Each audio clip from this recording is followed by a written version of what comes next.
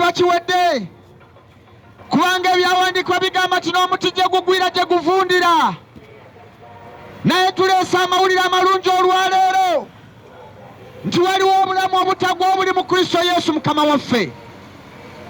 Amawulire ge tuleese olwaleero gagamba nti bw'okkiriza Kristo Yesu olwaleero osobola okufuna obulamu obutaggwawo.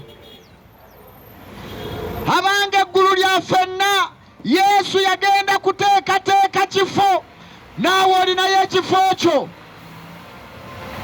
Naawe olina ekifo mu bwakabaka. Olwaleero osobola okwewandiisa n'obeera omu ku abo bagenda okusikira obulamu obutaggwawo.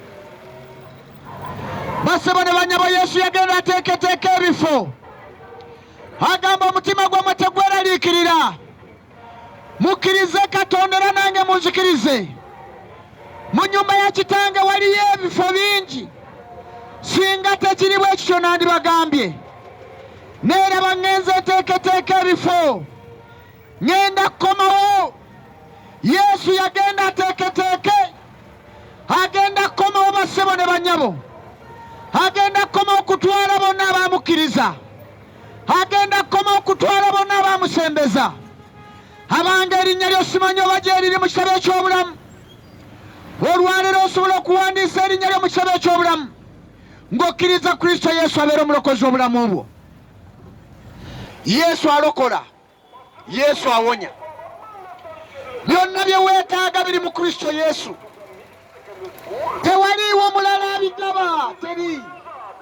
Abantu basazeewo okunoonya byonna mu ngeri ez'enjawulo.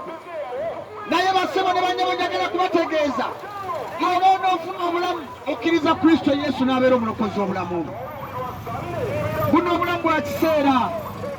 Buno obulamu buggwawo. Tulabye bangi ababadde abalamu nga tebakyali. Naye bassebo ne bannyabo leero